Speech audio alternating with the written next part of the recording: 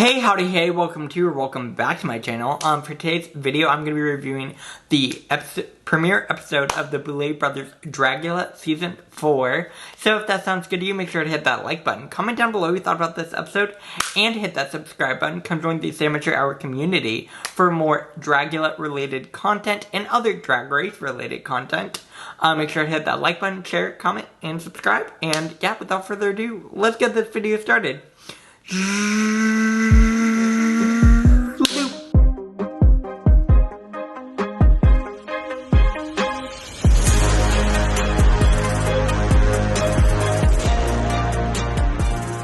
Alright, the wait is over. Yes, the premiere of the Boulet Brothers Dragula Season 4 has aired on Shudder, and it did not disappoint. No, it did not at all. I love this episode. I think this season is going to be a very, very good season. They brought the drama, they brought the looks, they brought the production quality. Oh, bitch. They brought it this season. And this cast, iconic. I'm really, really excited for this season of Dragula, and I'm really excited to get into it, obviously. So, without further ado, let's get into this premiere. Obviously, we're going to be talking about this episode, and, obviously, I am not a professional drag monster. These are all my own opinions. Again, my channel is Amateur Hour. I just love having a place to talk about all things drag, and especially Dragula is where my real passions come out.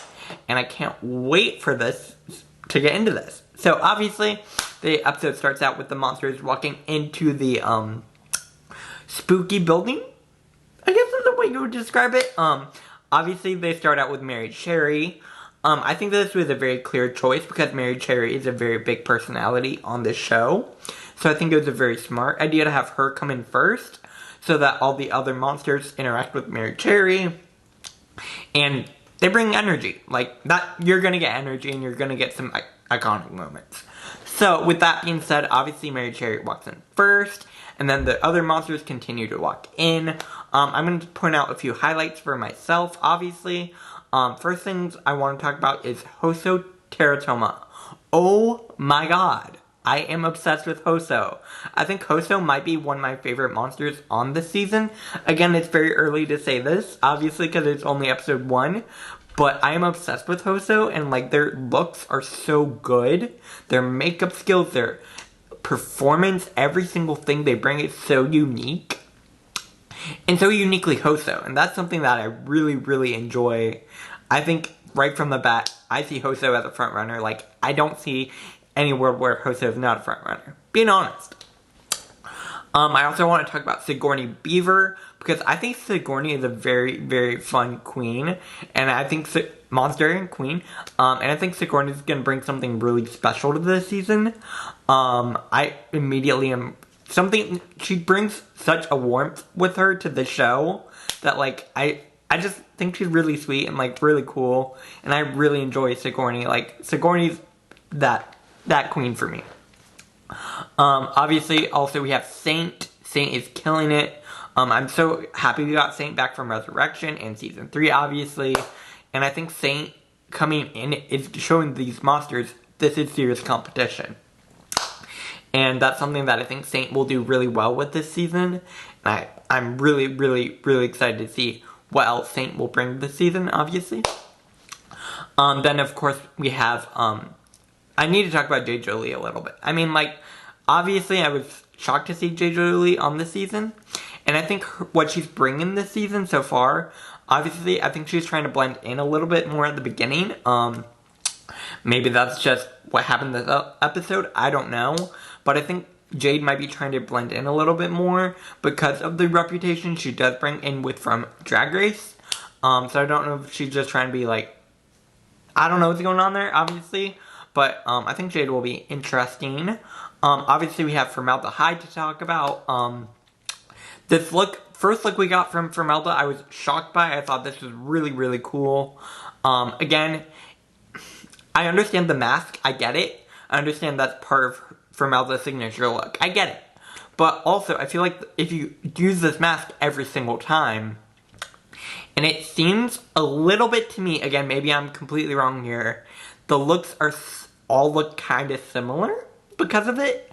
And also very similar shoes. Like, it gets a little bit predictable. I don't know if that's the right word, but anyways. Then we get Zavaleta, of course. Zavaleta is a fun personality. Really gonna bring the drama. Yeah. Final monster I really want to talk about is obviously going to be Coco Kane, because, oh bitch, I love Coco. Like, Coco's face, so good. Coco makes great television. Just Coco's personality is so inviting and so good on the show that I'm obsessed with Coco, like obsessed. So yeah, those are the monsters I really want to talk about as of right now. Obviously, there are a few more that I didn't mention, but I would love to hear who you're the most excited to see down in the comment section down below. With that being said, we do get to the fear challenge, basically, where the monsters have to go through a haunted house, essentially, haunted maze, and go through different obstacles, and make it through, obviously, in order to continue on in the competition. And the Boulets introduce it, of course.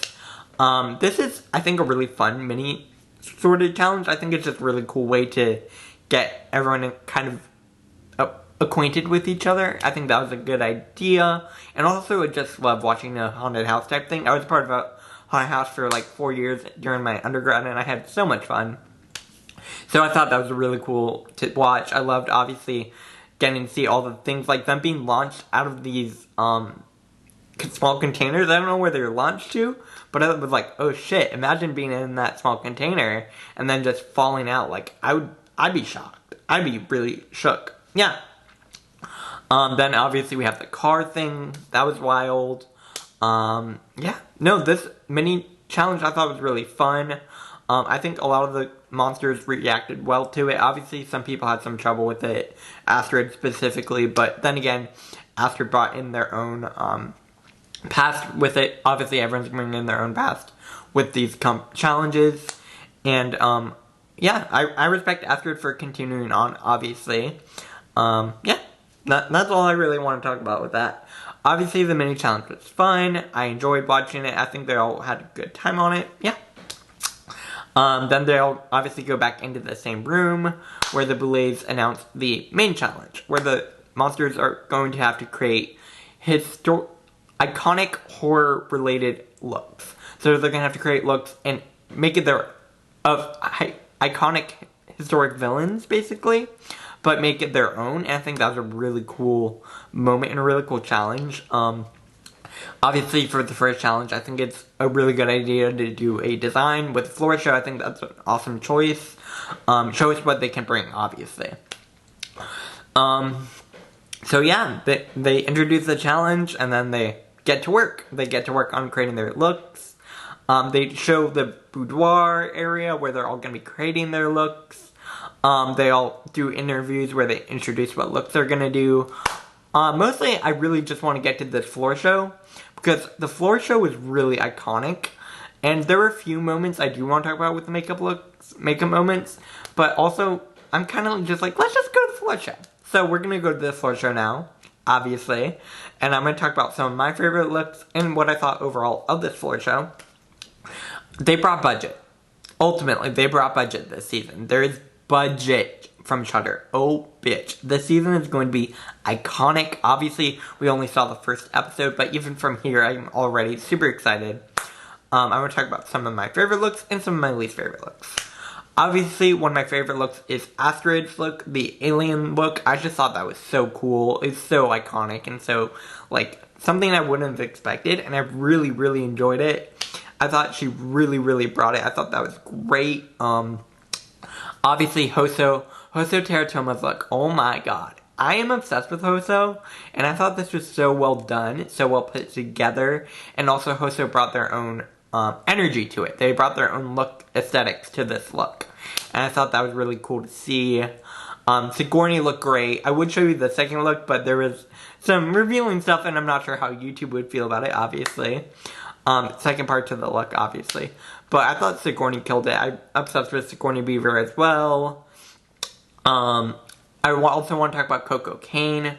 Coco looks stunning. I'm obsessed with her look. I think she looks excellent, excellent, excellent, and she looks so good.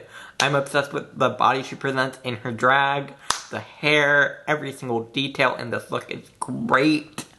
Then obviously we get to some of the looks that I'm not as crazy about. Not that they were bad looks, just some looks that I wasn't as crazy about. First I want to talk about, obviously, Formaldehyde, because Formaldehyde, my opinion, this look, it was good, but the problem for me at least was it looked the exact same as her entrance look, and I'm kind of like, we want to see more variety. I understand the mask thing, but it looked almost as if she was wearing the same shoes, and I don't know if that was true or not, but it looked basically like the same look from the entrance, and like, I want to see something new and exciting. Obviously, we saw that your first look. I want to see something bigger, more exciting, something. It's a floor show. It's the first floor show. You need to bring it. In my opinion. Again, these are all my opinions. Now I also want to talk about Mary Cherry's look. I thought it was fun. I don't know, kind of meh. I also want to talk about Jade Jolie's. It was cool. I wasn't expecting it from Jade. But I will say I wanted something even further out of the box from Jade, because Jade is so much in the box from Drag Race, in my opinion. Again, this is only from what I've seen of Jade.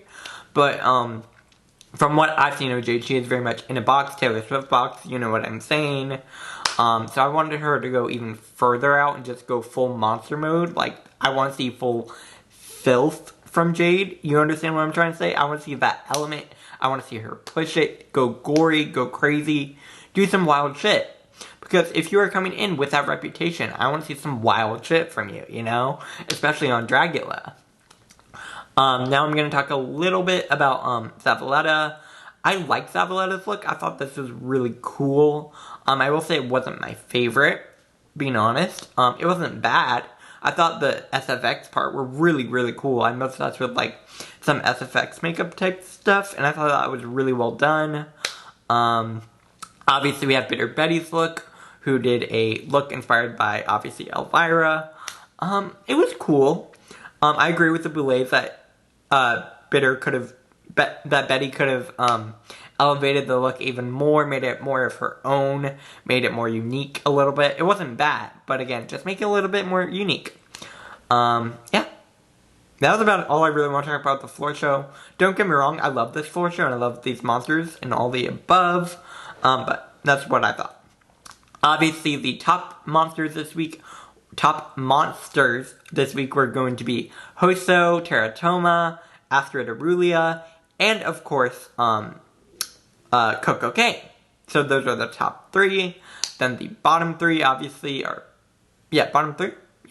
were Bitter Betty, Zavaleta, and of course, Formaldehyde. And I agree with the judging. I thought the judging was pretty fair. The rest of the monsters were safe, continuing on to the next week. Obviously, in the end, the winner was Astrid Aurelia, so congrats to Astrid for winning your first floor show. I thought it was very well deserved and a really great look.